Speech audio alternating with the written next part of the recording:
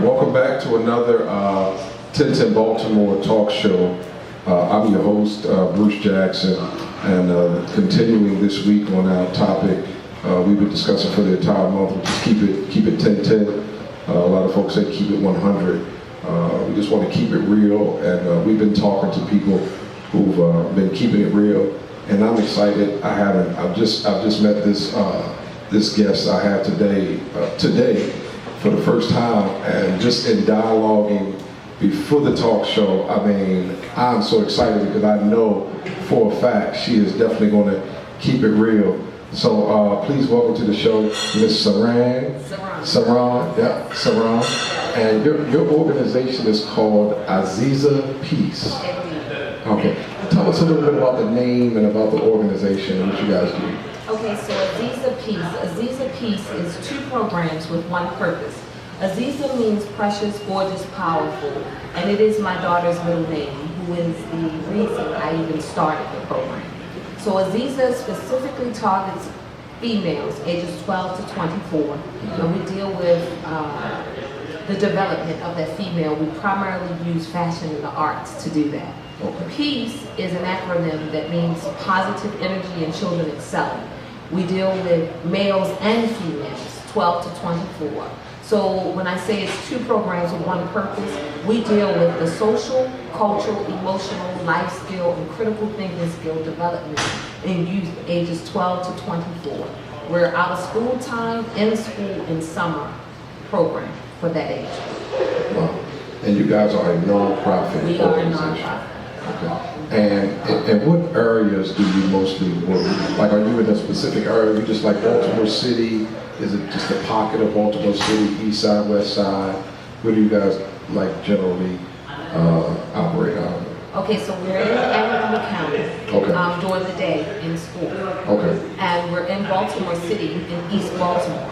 Our goal ultimately is to be the Chick-fil-A of youth centers. We just happen to start in East Baltimore.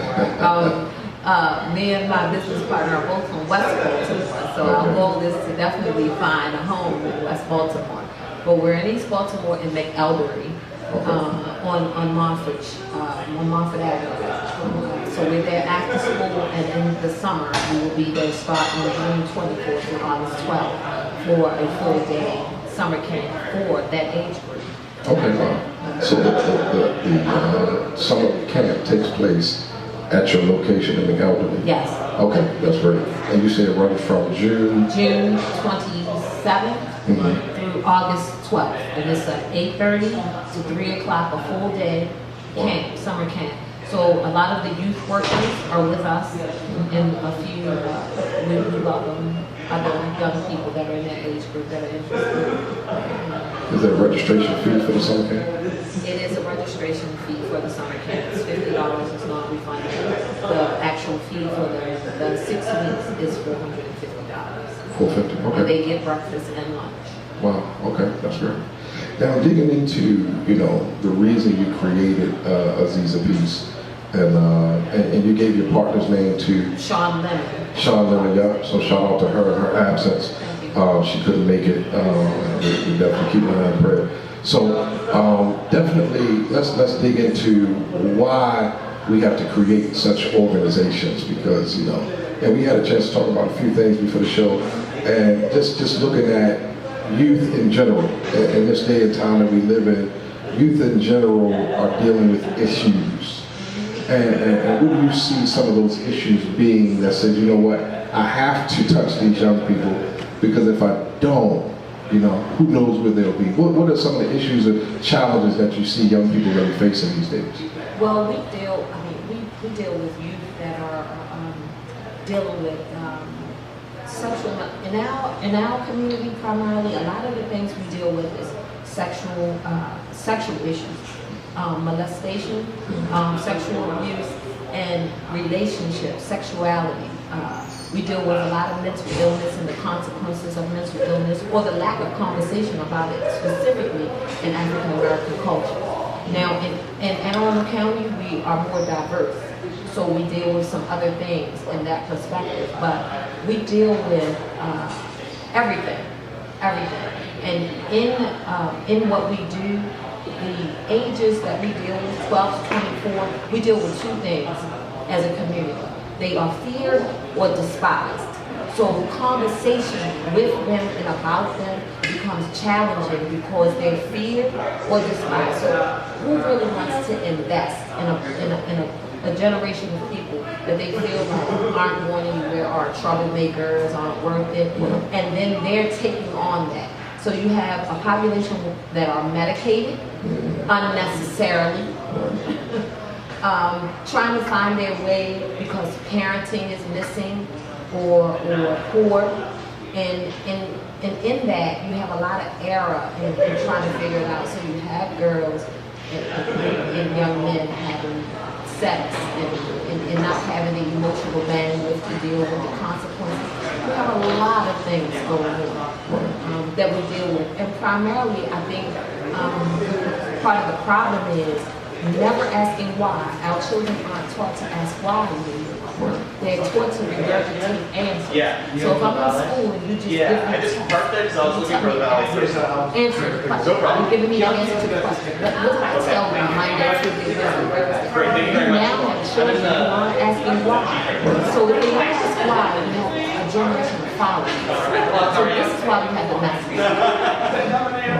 So in our commitment is to first teach them to ask why. When you get to asking why, then you start making decisions based on the answers. So are you primarily going in with the intent to really educate young people? Okay. If you change the way you're thinking, then we can change your behavior. I know, like when I was growing up, there were plenty of stuff for me as a child to do. You know, we had PAL centers, we had the recreational centers. I mean, we had football leagues. It was like a sports camp right after another. You had the football leagues, you had the basketball leagues, you had all kind of camps and things going on throughout the year, baseball, all the sports, you know, and it just seems like over the years, I don't know why the consistency just kind of fell off, but like, you know, recreation centers started closing. I guess people just started losing funding to operate the type of programs and organizations they were operating.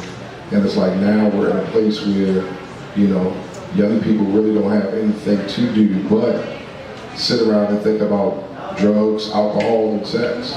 You know, and it's like our young people are bored. And being bored, they're trying to figure out life on their own and what's fun for them. And is that some of the issues that you run into? Indeed. One of our sessions is about the power of word. And we ask them, we do a survey and we ask, how much time do you spend looking at television or on your phone, social media? On average, 10 to 12 hours a day. Young people. That's a job. And then we have a session talking about dinner, family dinner. We have a generation that don't know anything about sitting at the table eating with their parents. That is a colossal problem. When you as a parent don't connect and don't ask, well, how was your day? What is really going on? You don't know what's going on. And they're on something that gives them a lot of information without the emotional bandwidth to handle. So now we have this matter going on because now they're taking in stuff that they don't have the abilities to deal with. And the funding for programs like the PAL Center or Recreation Center is limited because privatization of prisons is big. So if I can feed you to a prison system, I would rather that than to educate you and alter that direction because I need you to go there for me to make the money. So I'm not going to put the money into this because I want to make the money over there. That's one of the biggest issues we have. Our youth don't feel value and they don't feel significant. So we have the consequences of that. Now, from some of my experiences, I oftentimes understand and believe in the power of relationships, and therefore I never go into situations dictating to anyone what they should be doing without first trying to establish a relationship. And I think that that's one of the important pieces, and I know you probably realize it as well, dealing with young people, that you just can't go in telling them what to do, telling them what they should be doing or what they should be focused on. you got to go in and get to know them. Like you said, what the parents are not doing at the dinner table, they're not building that relationship, getting to know who the child is. Therefore, it becomes hard to have an influence, especially a positive influence in someone's life if they feel like, you don't know me. You know, they're not going to respect who they don't know. You know, it's sad. And I was looking at a post on social media myself, and people were dealing with some of the people who started stepping out trying to get the spotlight from the Freddie Gray situation, and now it's like a social media war where people are like, well, you've never been in the community, why are you in front of the camera, you know? And young people see this, you know, and it becomes a situation where it's like, well, how do you try to take recognition for something that you haven't really stepped in and did the work to earn the recognition for, you know? And young people really see it, and it creates a level of awareness and say, you know what, I'm gonna speak out on how I feel about this, you know? And now we have so many internet gangsters, you know, people who won't say nothing when they're in your presence. They look like they're shy, but all of a sudden they get on social media and they become, you know, cyber gangsters, you know. They become the gang of social media. And I think that programs like what you're doing is excellent, because you're stepping in and you say, you know, we're going to build a relationship with young people, and it's definitely needed because young people don't understand relationships. And I think that's one of the reasons why, and I think that's one of the reasons why you can tell me, but you were talking about different issues, and you were saying that there was a story Ricky Smiley was talking about where the young girl had sex on a bus with 25 guys, and you talk about sexual issues based on not understanding the relationship. You know, how do we change stuff like that? Like how do we reach a young girl to make her feel like her worth is a lot more than sleeping with 25 guys? That's you said it. The relationship and actually teaching her that it's worth, that she's worth. So we have young women in our program. We have a couple that has dealt with sexual molestation. We have one who, from 3 to 13, was sexually molested by a family member. She's just 16. We have one that has been in 15 foster homes. She's just 16. We have one who was putting her face on irons, like instead of cutting, because she's darker and the boys don't think she's pretty. And so now she has a scar that's permanent because of the iron. Wow. And because of that, she was acting out and terrorizing in school. The relationship that we've managed to create with them has changed all of it. So when I tell you that, she's like, oh, my skin is dark and now it's got a scar and boys aren't going to like me, to teach them the beauty of melanin and to show them, to connect it to history and to connect it to the value of being a woman. And what a woman looks like changes the way they think. So then it changes what she does or what she'll tolerate. If she doesn't have a mother or someone there doing that, because we usually have generations of that. The girl is usually doing what she sees her mother or her grandmother doing. It's not random. So when we come in and say, oh, have you thought about what you're doing? We start asking why. We start asking them why.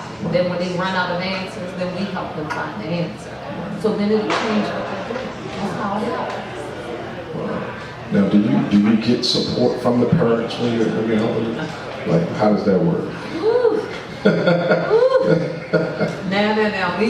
It's been different. We have some parents that really fight us because we're telling their kids something that they don't know either.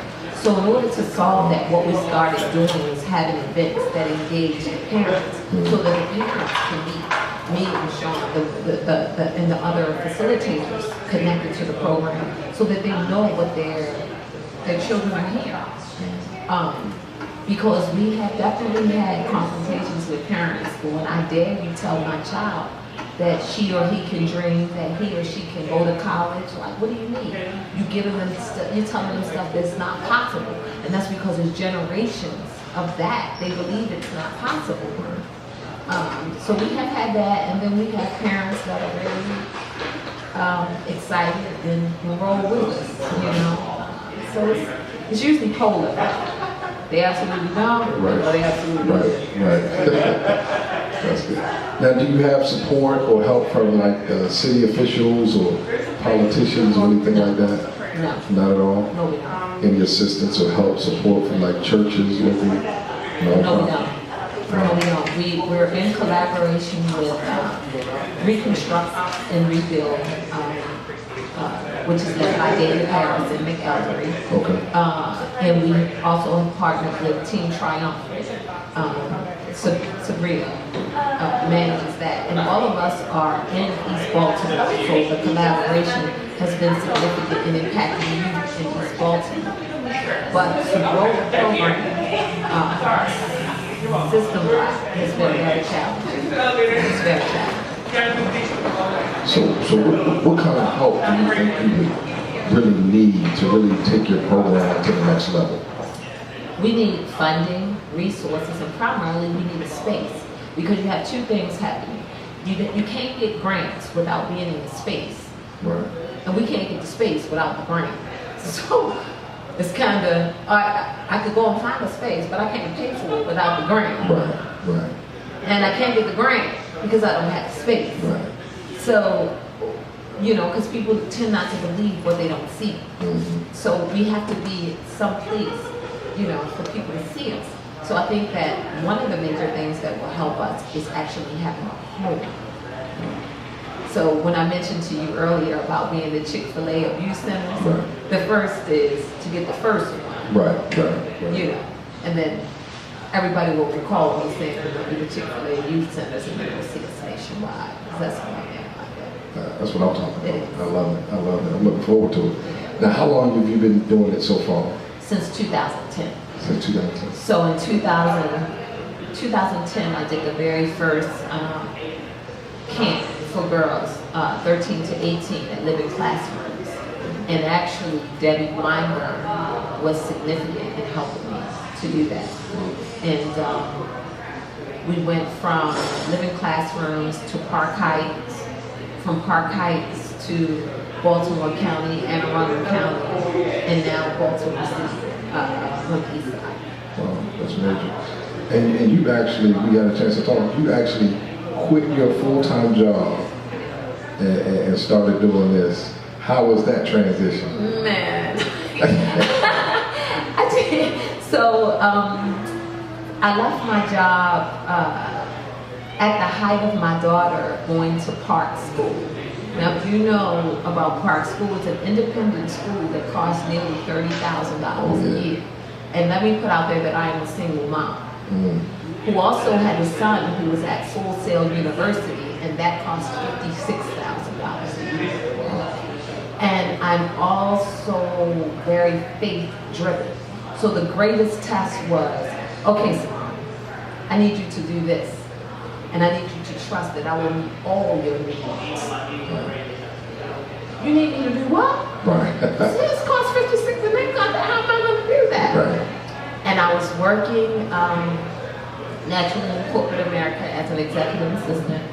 And I thought, oh my gosh, how am I going to handle this financially? What will that do to my relationship with my daughter? Because at this point, my son has graduated from college, and well, he's graduated, he's moving forward.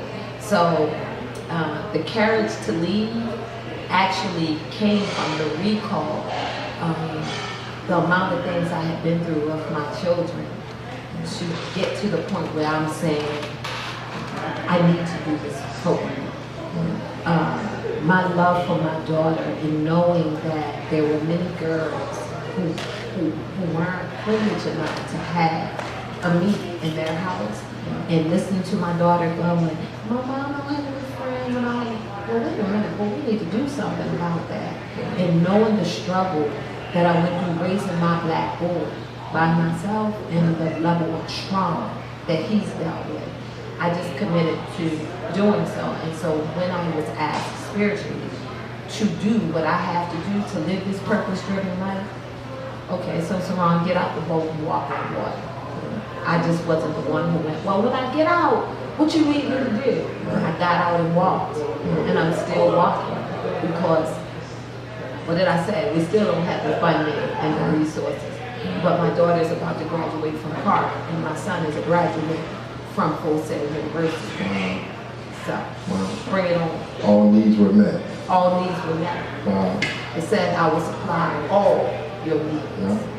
So next is the location. Chick-fil-A. Yeah. So that's coming soon. Indeed. Yeah. And that funding is coming soon. Indeed. So yeah, I'm excited.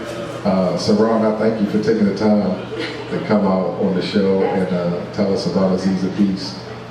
Remarkable what you're doing, you and your business partner. Thank you. And I look forward to hearing more. I found you guys scrolling through Instagram, and I was like, okay, I think I saw a photo shoot y'all did. Tell us about that photo shoot. Yeah, it's like a train station or like some graffiti in the background? Graffiti alley. So we take fashion, fitness, the arts, music, mentoring, entertainment, and education to deal with the development of young people. And so we deal with some of the city's best artists and photographers and such like that. And my career was in fashion. So I was a professional model, and I have a degree in fashion merchandising and marketing. So it's my friendships, my relationships with other people in the arts or in fashion that help to do what we do. And our photo shoot that you saw was with Jazzy Studios, and they are a partner of the program. And so Graffiti Alley is in the back of their studio. And we thought it would be really awesome to connect the kids with that experience, Graffiti Alley, and then they had dancers the same day that we were there. So they got to see the dancers in the alley, that gritty thing with the art and all of that. It was just phenomenal. Wow. But we deal with some incredible photographers in the city that capture what we're doing with the kids. And people think that it's a nice photo, but they don't know what the kids went to before we got there. Wow. That's major. That's major. So I commend you guys and or you ladies, and I hope and I know y'all will keep up the great work. Anybody who is interested in contacting you for more information or donating any money or donating a building, how can they reach you? So you can find us on social media, on Facebook as Aziza Pe&ce, AZIZA Pe&ce. Or you can find me on social media, Saran Fawcett, SARAN, Fawcett, FOSSETT. We're on IG as IM_Aziza. You can call 443-775-6652. You can contact us by phone or by email. theywant.peace@gmail.com. And we have a website, www.azizapeace.com. Wow. All right, there it is. Ladies and gentlemen, thanks again for tuning in to our show every week. And I look forward to more shows to come. Thank you, Saran, again. And definitely thank you for taking the time to come out and tell us about Aziza Pe&ce. And I'll see you guys next time.